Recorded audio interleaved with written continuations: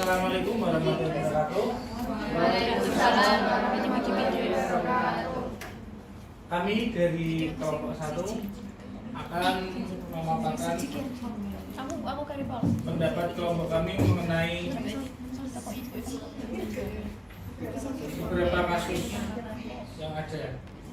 Yang pertama mengenai kasus 1 akan dipaparkan oleh Mbak Desi. Yang pertama kasus 1 ada ilustrasi 1 dan 2. Yang pertama adalah buku teks atau buku pegangan berfungsi sebagai salah satu sumber daya rujukan untuk dikaji sebagai landasan desain pembelajaran dengan tujuan yang spesifik dan hasil pembelajaran. Yang kedua, buku teks atau buku pegangan adalah silabus atau penuntun seluruh kegiatan pembelajaran. Tidak ada tujuan eksplisit di luar buku teks yang digunakan. Nah, kelompok kami memilih ilustrasi 1 yang akan dijelaskan oleh Mbak Nara. Terima kasih atas waktunya. Jadi kelompok kami memilih ilustrasi yang pertama karena menurut kelompok kami buku teks sangat penting dan berfungsi sebagai sumber daya dan rujukan untuk desain pembelajaran dengan tujuan spesifik dan hasil pembelajaran. Nah, pendekatan ini menekankan pentingnya buku teks sebagai alat bantu yang memandu proses pembelajaran dan mencapai tujuan pembelajaran tertentu. Ilustrasi ini menekankan fleksibilitas dan memberikan ruang bagi variasi dalam desain pembelajaran. Ilustrasi 1 cenderung memberikan kebebasan dan fleksibilitas dalam merancang pembelajaran, namun tetap memiliki tujuan pembelajaran yang spesifik.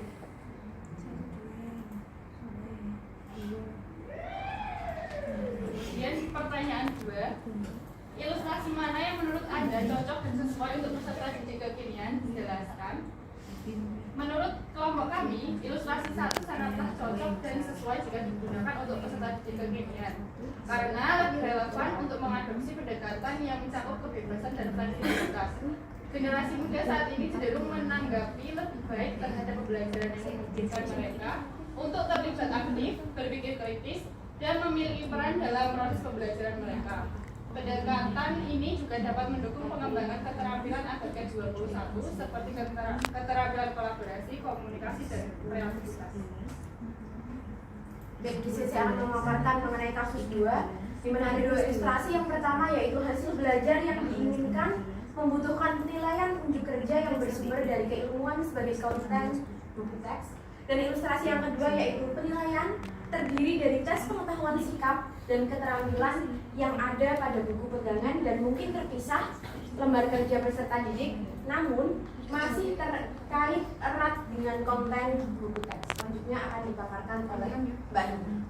Dan pertanyaan pertama, ilustrasi mana yang sering Anda lakukan? 1 atau 2, dan mengapa kelompok Anda memilih ilustrasi tersebut? Jelaskan. Menurut kelompok kami, ilustrasi yang sering kelompok kami lakukan yaitu ilustrasi kelompok 2.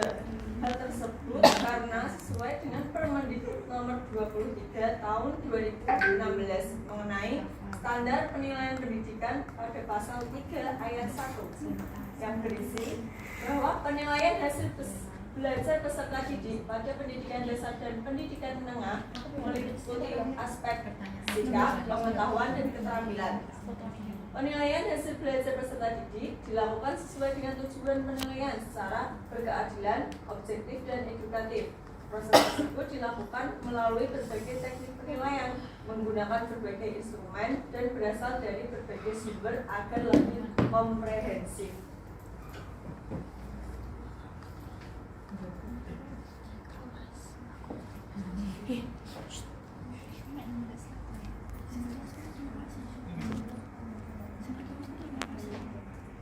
Selanjutnya pertanyaan 2, ilustrasi mana yang menurut kelompok Anda cocok dan sesuai untuk peserta didik kekinian? Jelaskan.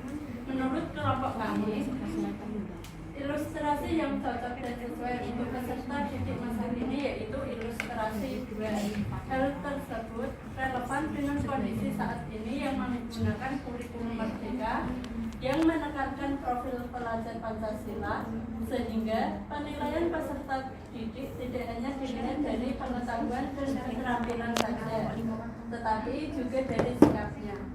Setiap aspek tersebut memiliki rubrik penilaian masing-masing terkait materi yang diajarkan. Selanjutnya kasus 3. Ilustrasi pertama, bentuk teks digunakan untuk mengungkap, menyoroti, dan mengeksplorasi pertanyaan-pertanyaan penting dan tantangan keilmuan yang mendukung kinerja inti dalam subjek. Kemudian ilustrasi kedua, yaitu tugas peserta didik adalah mengetahui apa yang ada dalam teks, pertanyaan penting dan tujuan serta kinerja belajar terdapat dalam sehingga buku teks merupakan panduan membaca isi dan persiapan hidup akhirat. Baik, kelompok kami akan menjawab pertanyaan nomor 1. Ilustrasi mana yang sering Anda lakukan? 1 atau 2? Mengapa kelompok Anda memilih ilustrasi tersebut? Nah, kelompok kami itu memilih ilustrasi 1 karena di era pendidikan para guru baru tidak diwajibkan untuk hanya berpedoman pada satu sumber ajar atau buku teks, melainkan adanya kebebasan baik guru maupun peserta didik untuk menemukan berbagai informasi dengan sumber belajar lain. Misalnya bisa melalui internet atau dalam lingkungan sekitar kita. Lalu bisa juga mencari seperti jurnal. Banyak sekali pertanyaan yang jawabannya masih terbatas dijelaskan dalam buku teks. Maka dari itu, buku teks itu tidak menjadi panduan untuk menemukan dan mengeksplorasi lebih dalam terkait pertanyaan-pertanyaan yang ingin dieksplor tersebut, dan jawabannya dapat ditemukan di berbagai sumber belajar.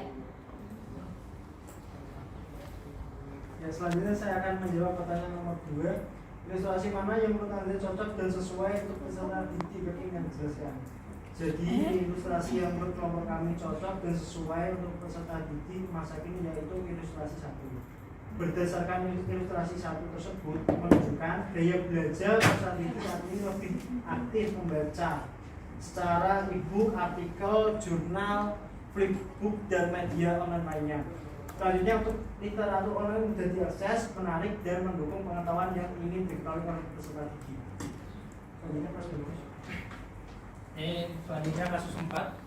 Ilustrasi 1, buku teks tidak digunakan berdasarkan urutan penomoran karena urutan membaca buku teks berdasarkan urutan tujuan pembelajaran yang diinginkan. Ilustrasi yang kedua, teks dibaca dan dimanfaatkan berdasarkan urutan penomorannya.